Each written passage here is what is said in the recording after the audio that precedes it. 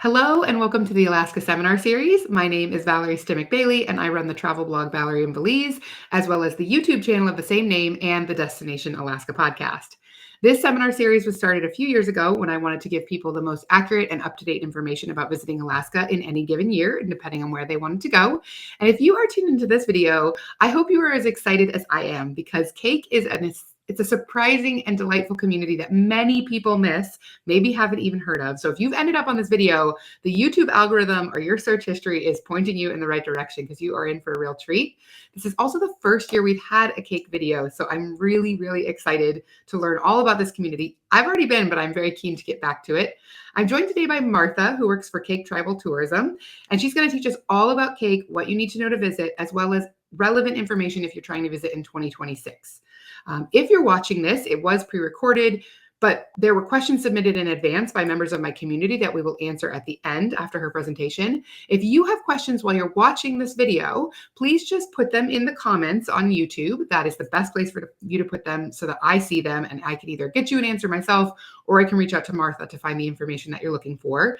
If you're listening to the audio only version, the easiest way to get a question answered is to go to YouTube and find the video on my profile and put your comment there. It is just the simplest way. Unfortunately, there's no way to comment on podcast episodes.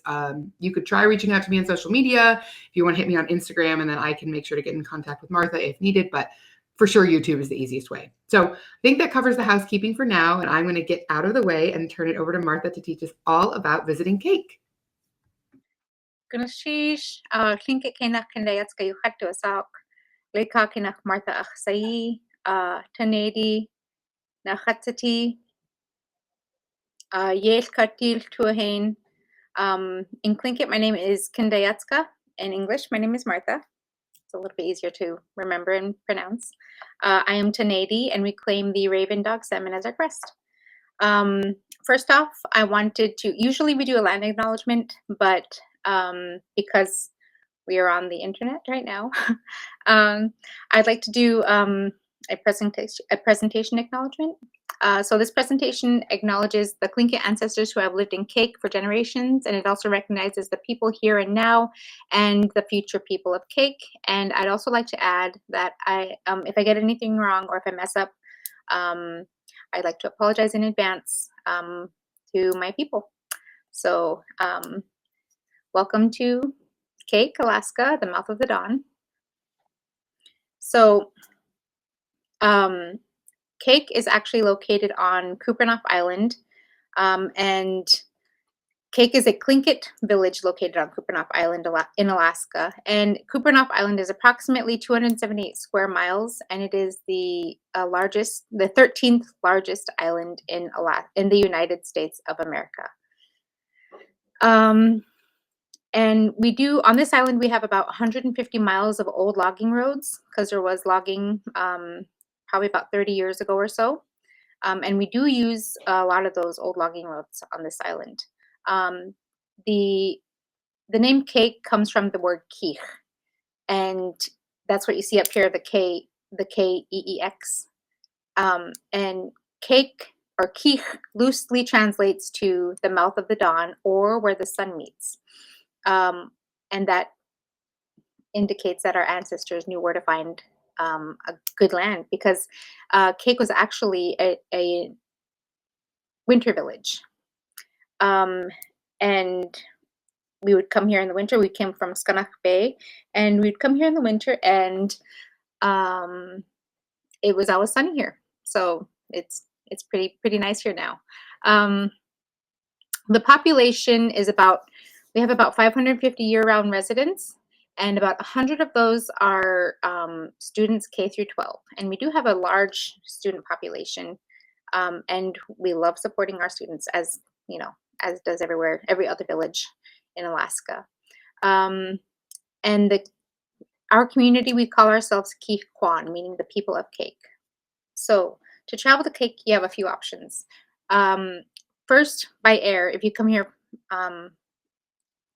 by flying, you have to actually fly to either Sitka or Juneau on Alaska Airlines, or you can fly to Juneau, I believe, on Delta as well. And from Juneau, you go on Alaska Seaplanes, which is the smaller smaller planes, and you can fly over, and it takes about an hour or so from Juneau to get to Kake. And it's funny because a lot of people are like, you have an airport here? And I'm like, yeah, we do. We have a good sized runway here. People come from the lower 48 on their small planes, and they'll fly in groups to come around and just do like what they call touch and goes. And it's just for practice or just to come say hi. Or you can come by ferry, and you have to fly again to either, well, you have to fly to Juneau for the ferry, and you hop on the ferry, Alaska Marine Highway, and then the ferry can take anywhere from 7 hours to 24 hours, depending on where it stops. But nowadays, there's a smaller ferry that's a little bit faster, and you can plan your own cruise. And the ferry does come twice a month versus flying. Flying a plane comes here at least 2 times a day, depending on weather. Always depending on weather. So if you're planning to come to Kake by plane, make sure you keep track of the weather, because there's some certain conditions that you cannot fly in, just like all over Alaska. Or you can come by cruise. And if you look up Alaska Dream Cruises, they come here a lot. So this past year, they came about 40 times during the summer visits. And Alaska Dream Cruises, I work with them, with Kake Tribal Tourism. And we have guided tours, and you will just follow along with us for a half-a-day tour and get to learn more about Kake. So I hope these slides are information. You have enough information that you want to come and visit Kake on your own. Or you can also take a bigger cruise, and the bigger cruise is about 220 passengers, like Hanseatic, and they come twice a year in the summer, and they're not as guided. It's not as guided as the Alaska Dream Cruises. They kind of come and you visit town, and you kind of wander around, and you look at the creeks and the totem poles, and you can go take your own pictures. But it's usually with like the cruise ship Hanseatic or Penat that comes to Kake. So drink coffee and harvest. So our year actually starts in the spring, and it's the early spring.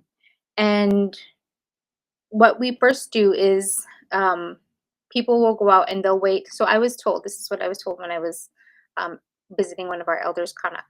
She said that you wait for the dandelion buds to fluff, and that's when you know it's ready to get seaweed. And you see a couple of pictures up here. There's the pictures in the middle here that show black seaweed being ground up and then laid out on an old fitted sheet to dry out in the sun. And we use our hot weather days, like 68 degrees or so. It's pretty warm for us here.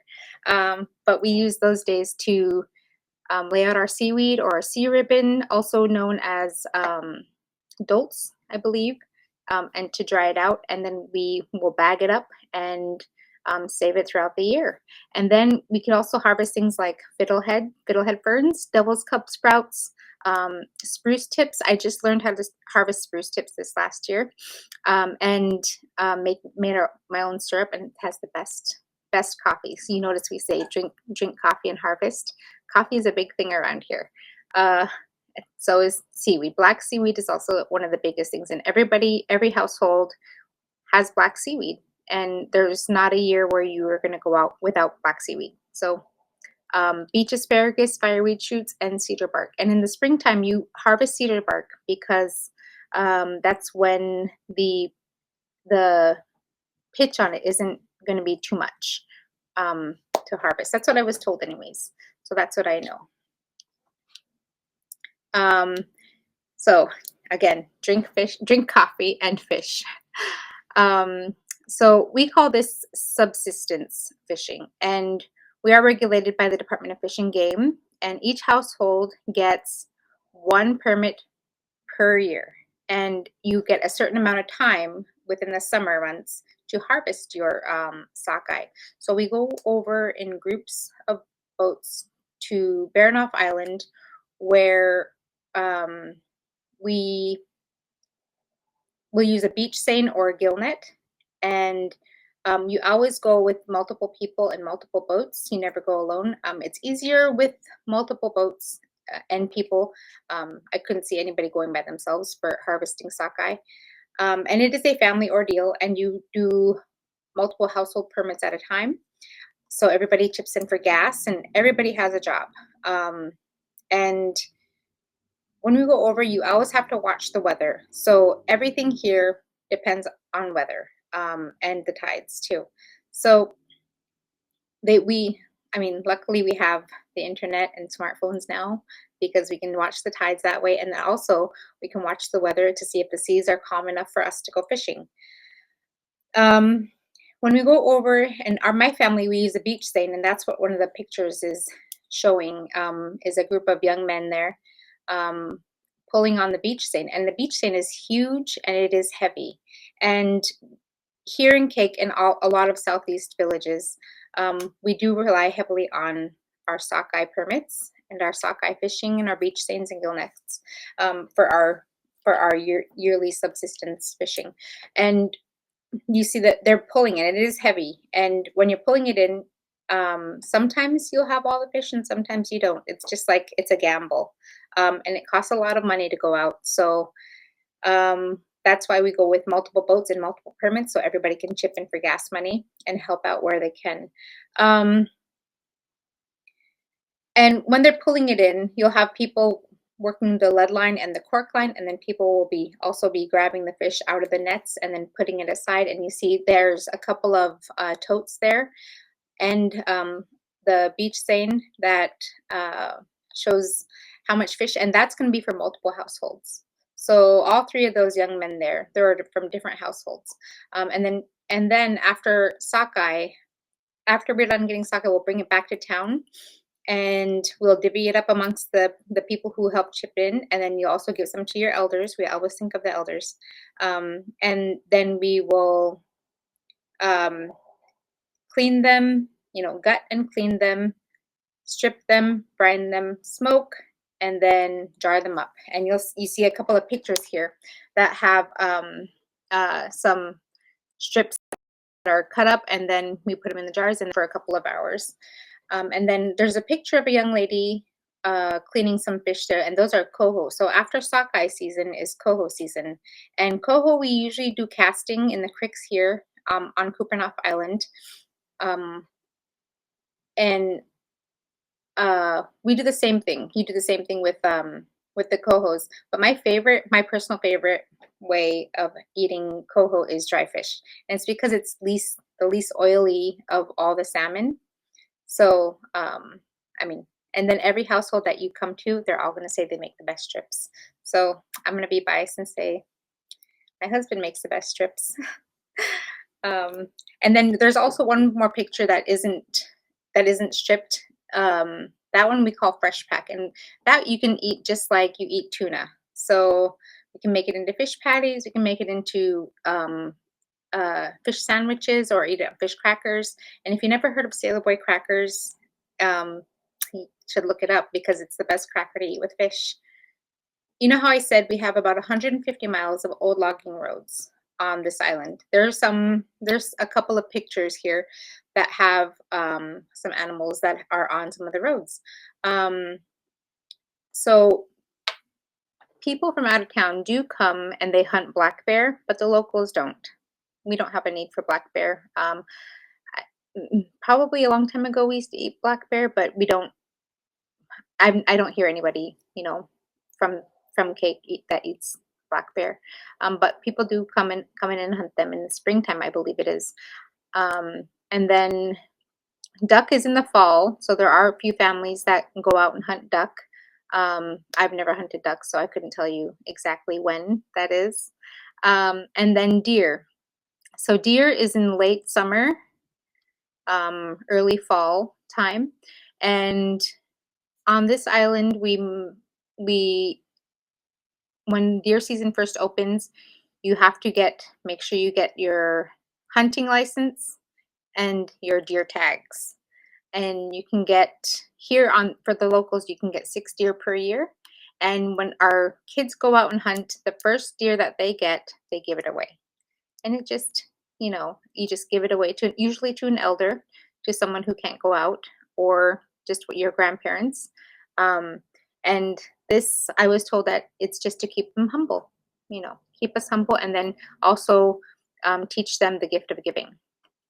And then what we do with our deer is we freeze it, or we can also jar it, or you can make it into jerky or sausage. And then during the deer season, we also do, or well, my husband, I should say, because I do some beating, he harvests porcupine quills for me. I'm too scared to do it, so he'll go out and he'll harvest them for me. And you see, there's a picture of him. And when we're out deer hunting, sometimes you'll run into a porcupine. And so what he does is you take one of our sweaters or a vest, and he throws the sweater or the vest onto the porcupine, and the porcupine will bat the quills into the vest or the sweater, and then he'll just take it off, and you'll see there's a picture with some quills on it. And I just take those and I clean them, and there's no need for, we don't need to kill the porcupine just to get the quills. People do eat porcupine, just not my family. So we don't need to shoot the porcupine to get the quills. And then we also have grouse and moose. So grouse are little tiny, they're like hens, I guess. Small birds that we can hunt here, and people use them, and they make like adobo. So like chicken adobo, but grouse. That's the only way I've heard of it being eaten, was in adobo.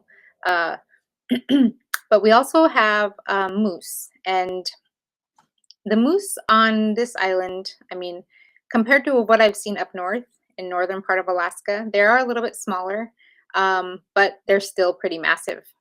So you can also make sure you get your hunting license again for moose, and make sure you get your moose tag, and make sure it's legal. So there are different ways of different types of antlers or brow tines that you can look for when you are hunting moose. For deers, it's just a buck. So we hunt bucks on this island. But for moose, it is a bull that you hunt, but it has to be a certain type of bull. So follow the regulations. That's all I can tell you, is make sure you follow all the regulations. And then you can get one moose per hunting license, but typically a family doesn't need more than one moose. Even one moose you can even share with other families who are outside of your household. So it's not just for your household. It is a lot of meat, and it's a lot to work on, and it is very tiring. But it's worth it in the end. I wouldn't, trade it for the world. And then people also do trapping. So there are some trappers out there who will trap for wolf, mink, or beaver. I've never done any of those, so I could not tell you exactly what you're supposed to do. I just know that you should get a permit for trapping. Berries. So you can also drink coffee and eat all the berries. You can see we have, so on Kupernoff Island, on this island, we have a vast amount of different kinds of berries that you can get. But what we are known for are blueberries. And in my opinion, our blueberries are the best. I don't know. But I know that Baranoff has really good salmon berries. And a lot of people there's a picture that you can see that's on the top right. That we call what we call cloudberry, but some people do say those are also salmon berries. And those are a little bit more hard to find. I heard that they were the rarest berry, but we do have a few of those here. They are more abundant in the northern part of Alaska, but I know we do have some here. We have crowberries, wild strawberries, low bush cranberries, and high bush cranberries, gray berries, soap berries, just We have so many berries. It's it's a lot. So you can see even our dogs like to eat the berries. But yeah, if berry picking is your jam, then come to Cake and look for some berries. You'll be sure to find some. Our places, people, and services. Um, so we do have the artists and designers. We have Natalie S. Benham's artwork. She creates art with her beads and furs, including earrings, zipper pulls, and pop sockets. Um, she has a vast amount of things that she creates, and I honestly don't know how she does it. But she, it's it's amazing. It's amazing how she can have that many items. So if you come to Cake and you're looking for artists that make their own, artwork, Natalie Benham is one of the beaters. And then we have Chelsea Lewis Designs. She does have a Facebook page, so you can check her out online as well. But she's known for her weaving. She weaves cedar bark, and she makes things like cedar bark roses. And she also does beading. And she makes things like earrings, and sea otter bags and sea otter bracelets. And then we have Cheryl Kelly, and she offers apparel with the names of Cake and Keith on it. And there'll be other names on it as well, and other local photos on all of her apparel, or cups. So if you come to Cake and you want something with Keith on it or Cake, then contact Cheryl. For shopping, we have Bear Crossing Gift Shop. They are located at Gunnock Creek. So if you want to go see bears and go look at the gift shop, that's your place to go. They have all kinds of treasures. It's hard to tell you what they have in there because it's always changing. They have things from earrings to fishing poles. So it's a good place to look for different kinds of treasures.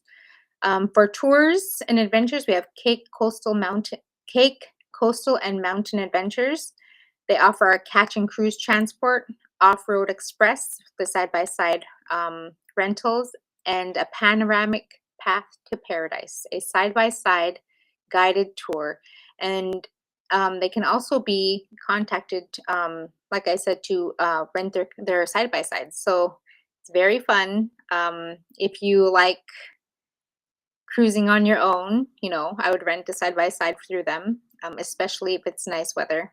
And if it's not nice weather, bring your rain gear. But if you came to Southeast Alaska and you don't have rain gear, I don't know what you're doing, because the weather can change and just like that. And they're very new. So if you want to come over and do a side-by-side tour, off-road, out the road, and we call it out the road here. That's our old logging roads is out the road. If you want to do a tour through them, contact Larry Jackson at the Cake Coastal and Mountain Adventures. Or if you want to do a cultural and local historic tour, you can contact me. And I work for Kake Tribal Tourism, and I'm the person that you can ask questions, and I can put you in contact with other people that you want to be in contact with.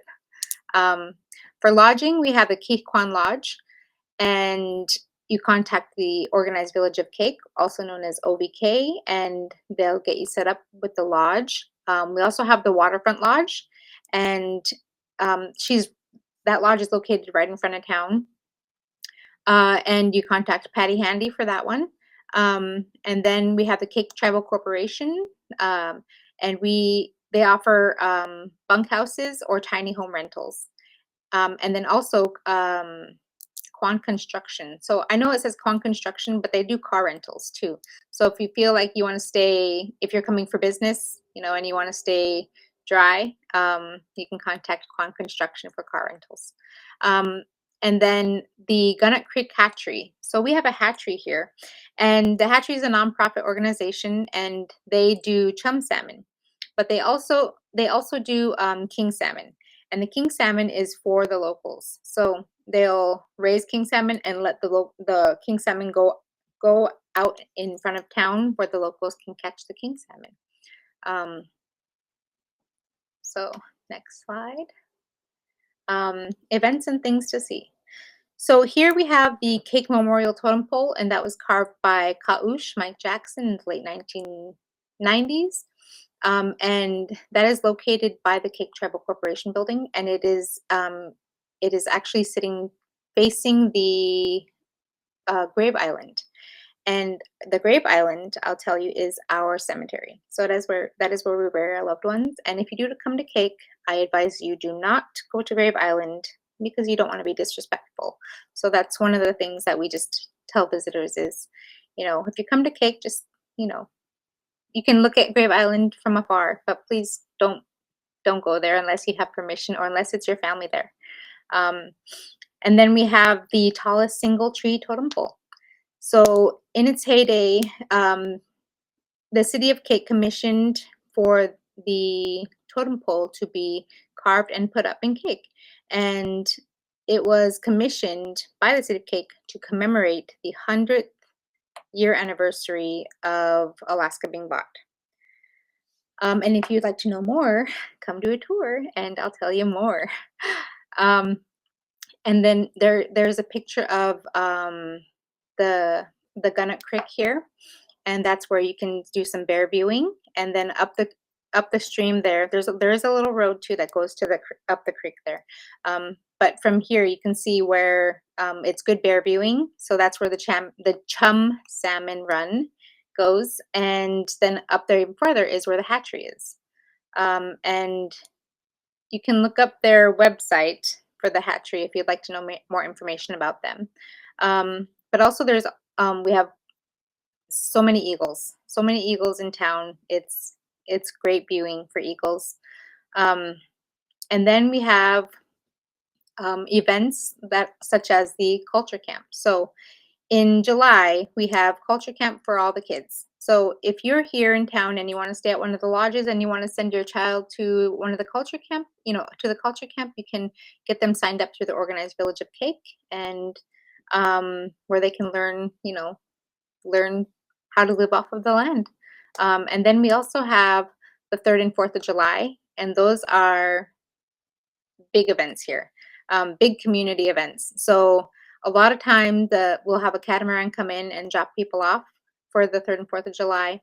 And it is 2 days of events and local vendors and all the races you can think of, all the foot races, and it is a blast. It is the best 4th of July, 3rd and 4th of July that you will ever experience. And you get to buy homemade food made by all the locals. So if you want something to do that's totally different, come check out 3rd and 4th of July in Cake. Speaking about events in Cake, there's one that we call the Cake Dog Salmon Festival. Now, the Cake Dog Salmon Festival, we just call it Dog Fest for short. It is put on by the Cake Tribal Heritage Foundation, and it is a big event, and it is much like 3rd and 4th of July, except it centers more around our culture and around the dog salmon run. And then I already spoke about the Gunnock Creek. So now this is just some local numbers. If you want to come and visit Cake, for any of the places that you've seen in the slides, you can contact OBK for, like I said, the Keekwan Lodge, Cake Tribal Corporation, and for the tiny homes and for the car rentals, or the City of Cake if you just want general information, or you can email myself, and my email is at the bottom there. And if you need any other information, just feel free to reach out to me. Amazing. Thank you. That was awesome. It really brought back a lot of memories for me because I was one of those people who visited Cake on an Alaskan Dream Cruise, and it was just a few hours, but it was such a memorable experience because even for a smaller ship cruise, the other villages and communities that they visit, Cake is just very special. It's a very, I would say, like, it gives people the closest look at Alaska Native culture that they're going to get probably on any cruise port in the state. And I just remember really feeling like I wanted to dive deeper. And it turns out there's so much more to support visitors to come and stay longer, which I love. And now I'm like, ooh, the 4th of July, the 3rd and 4th of July does sound like a really good time. It is. It's pretty amazing, and I do like Alaska Dream Cruises. Um, they're our #1 client that comes to Cake, and I could tell you one of the expedition leaders, he did state that Cake is his favorite place to come out of all the Oh, places that they go and see, because it gives you the real look yeah. on, insider Alaska life. Yeah, people are always asking for that, and then they either realize it's a lot harder and or more expensive to get to, or they were just thinking like, I mean, I just don't want it to be full of cruise passengers. And Cake certainly has all of that. Yeah. um, cool. So we have some questions. I want to make sure we get to those. And then as a reminder, if you're watching this video, post your questions in the comments, and I will make sure to get you an answer. I do want to talk again about this 4th of July festival, because one of the questions I received was about this. So there's apparently you have a reputation. Kelly asks about what tips. So I think what I want to do is let's talk about, like, do people need to book well in advance? Do you need to make sure you have accommodation and cars and all that lined up? And like, how far out should someone be thinking to make that happen?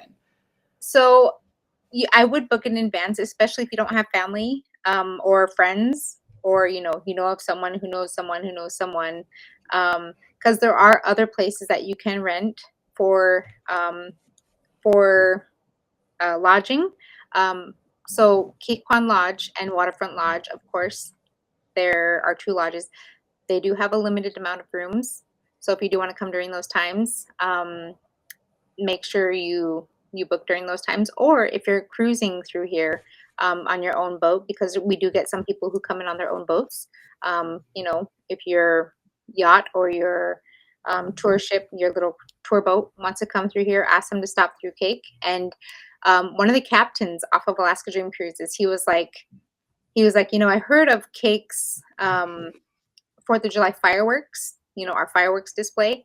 And he says that we have one of the longest displays. Ooh. And it is because a lot of people here actually buy their own fireworks. So it's a And community fireworks display. basically is, so the city of Cake actually does put on their own display, and they have like the biggest out of everybody.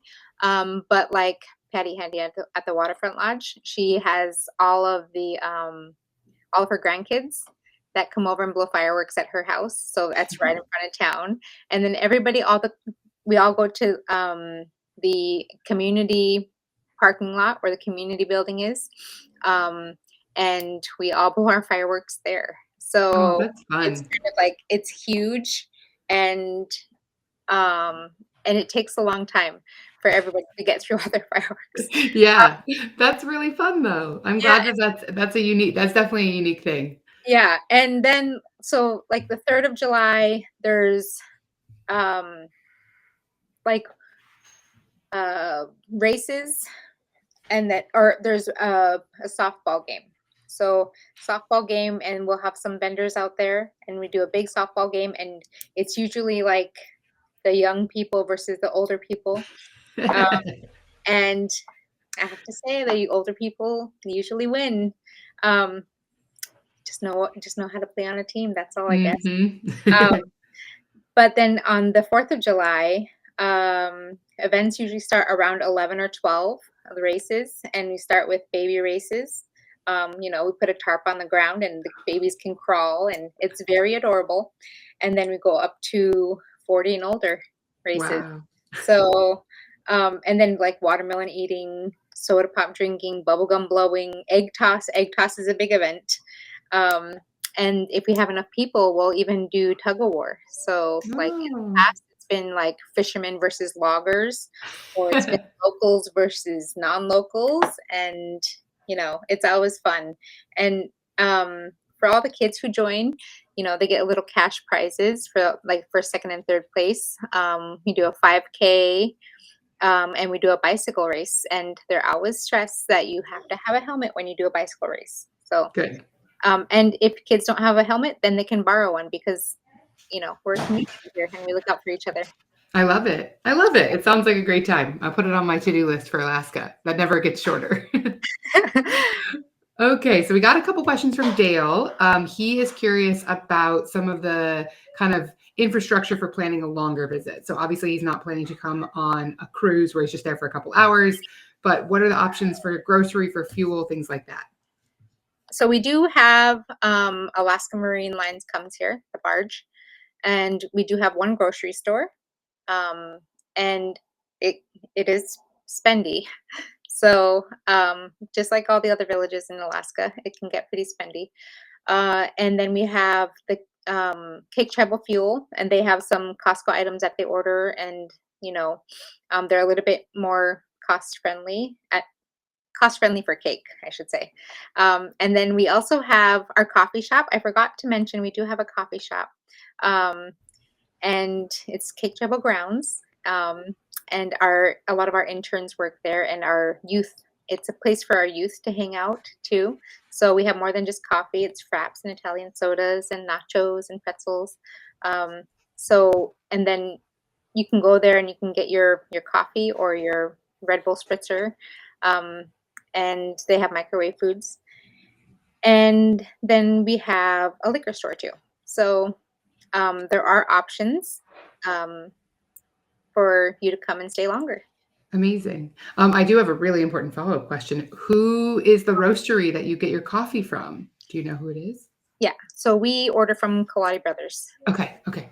It's a very important question. Alaskans all have opinions about who roasts the best coffee, who to buy from, who to drink. So I was just curious. So if we don't order from Kaladi Brothers, we'll go to Heritage. Okay, yep, that Yep, makes sense. I was like that because that's the one out of Juneau. yep, So yeah, okay. So it's all Alaskan. That's what you need to know. it is all Alaskan. Cool. Okay, and then one more question. Again, I think more in the thinking about planning a longer trip. Are there options for fishing charters and wildlife viewing tours? Yes. So the Kake, let's see, the Kake Coastal and Mountain Adventures. Okay, So they do wildlife viewing tours. cool. And like I said, he does do side by side rentals if you want to get on the smaller roads, or you can contact Quan Construction and do your own vehicle and your own tour. So there are wildlife viewing, and I believe that Larry for the Cape Coastal and Mountain Adventures, I believe he also has a boat that he can take you on. Oh, very nice. So if you can just reach out to him and tell him what you want to do, and he can let you know what he's capable to help support. That's really cool. Yep.